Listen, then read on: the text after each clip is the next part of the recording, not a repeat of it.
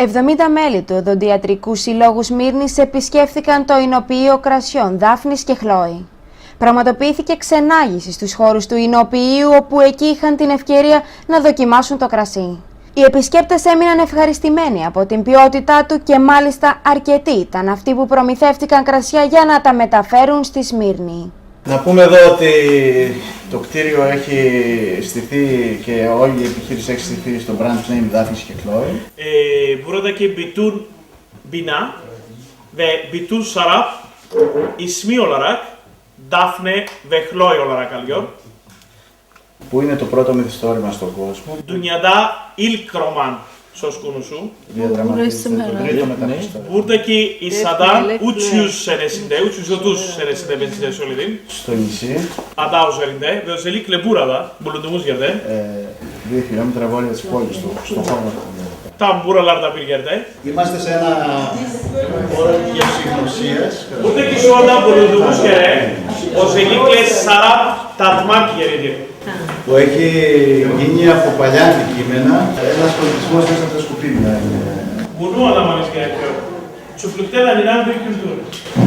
Όλα αυτά τα μαζέψαμε.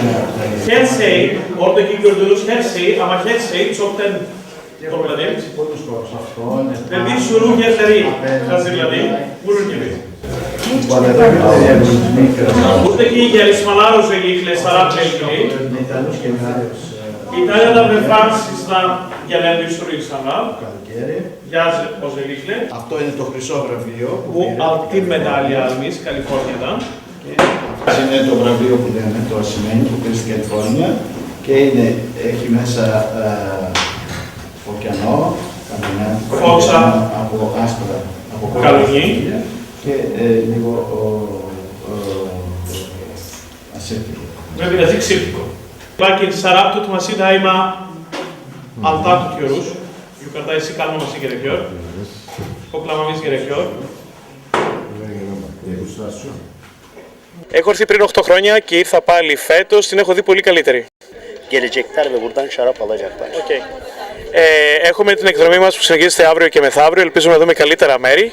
Όσον αφορά για το εργοστάσιο, το εινοποιείο το οποίο ήρθαμε εδώ πέρα, το κρασί το δοκιμάσαμε, μας άρεσε πολύ.